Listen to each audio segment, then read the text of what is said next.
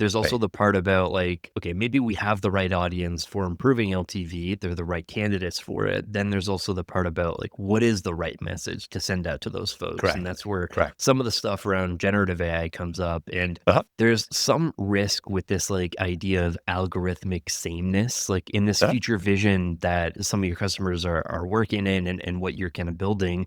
How do you avoid this idea of algorithmic sameness where every Yeah. agent converges on the same optimizations, kinda Yeah. killing differentiation when it comes to creating content and messages? Yeah, I'll pull that apart even upstream of when you get your question about algorithmic sameness. So it's a it's a valid concern. I'm more optimistic than most people, I think, on that. But there is actually an interplay between artificial intelligence and machine learning, and more specifically, reinforcement learning. So you talked earlier about propensity models, price elasticity models. They have an important role to play.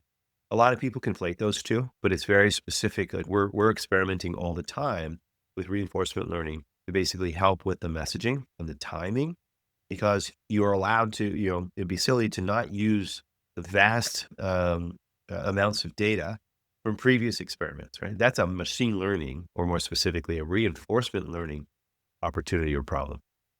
We then ingest those to help inform that journey, right? So it's not just starting with an audience and then like that lives in as an island.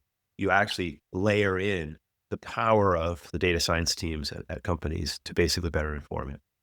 Your question about algorithmic sameness is interesting. I had a really interesting chat with one of the leading lights at Gap on the creative side. And I was so delighted to basically hear his perspective. This is a person that has grown up designing using like his hands, and his belief is very enlightened that this is going to allow him, a designer, to be more creative. And I believe that's true with marketing too. It's going to remove the mundane to focus on the exquisite, right? So I'm not really worried about that. We're going to be able to expand the amount of things we do, untethered from human capacity. And these agents can work 24/7. They can operate autonomously, provide them the context, and they can go do things we can't even imagine today. But core to that is removing the mundane stuff so that humans can actually be more creative. So I don't subscribe to the, oh, it's all going to be a sea of sameness, right? If anything, that's what's happening today, right? If you look Yeah. at B2B brands or most brands, they feel like a sea of sameness.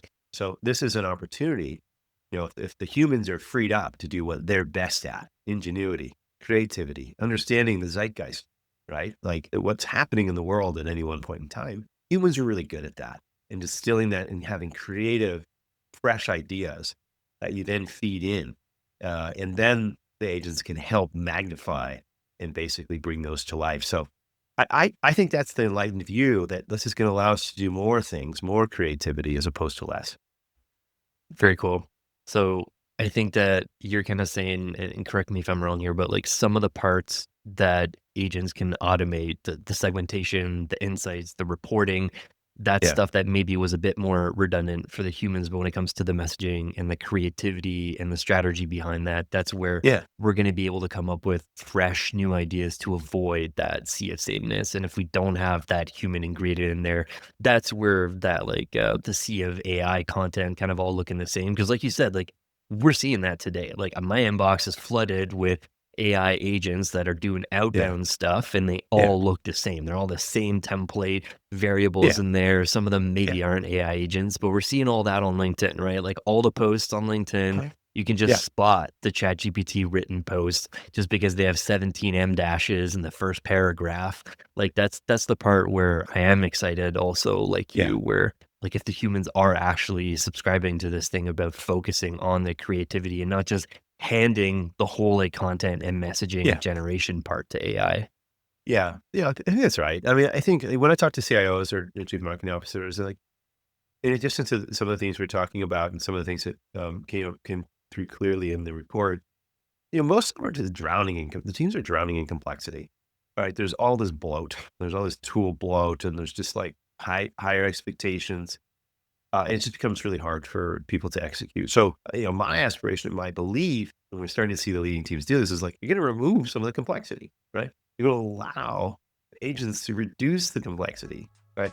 I think the overall job of leaders, and I think we kind of say this as succinctly as possible, is like reduce the distance between I have an insight and I want to deliver impact, right? Right now, that's a really long and twisty, windy road. Yeah. Idea to impact. I'm really excited because that will compound over time. Right? If you reduce the time, allow you to do more iterative things. That requires creativity, but it requires relentless pushing on like speed, right, and velocity. And the tools like AI is an amazing lever to do just that.